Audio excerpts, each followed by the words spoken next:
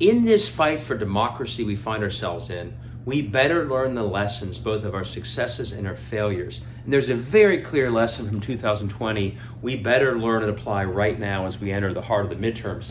And that is the following. We can win our federal goals and the federal seats we want to win and still lose the fight for democracy. So in 2020, we saw this.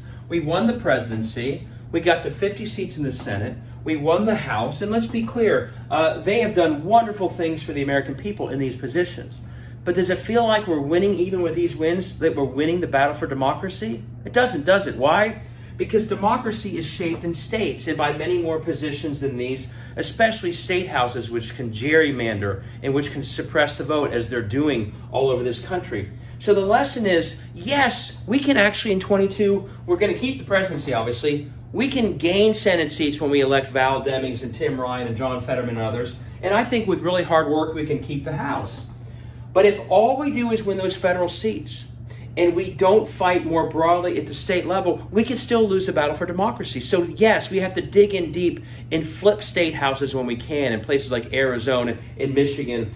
But we also have this really direct threat to democracy building in those who are running for Secretary of State around the country.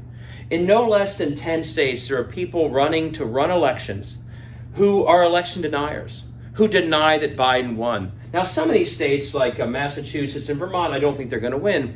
But in states like Arizona, New Mexico, Nevada, Pennsylvania, where Mastriano would appoint the Secretary of State, Michigan, Minnesota, outright election deniers. You know, Arizona, for example, Mark Fincham, he's an oath keeper. He was there on January 6th. He was part of Stop This Steal. He wants to decertify the Biden win even now. These are people running, and if we can win the Senate, if 2 or 3 of these people win these elections, it still might threaten democracy going to 24. So let's win these races, but we have to focus like a laser in all the other places where democracy is shaped, protected, or subverted, and these Secretary of State races could be more important. Please help the opponents of these people win. I will show you how in the tweet.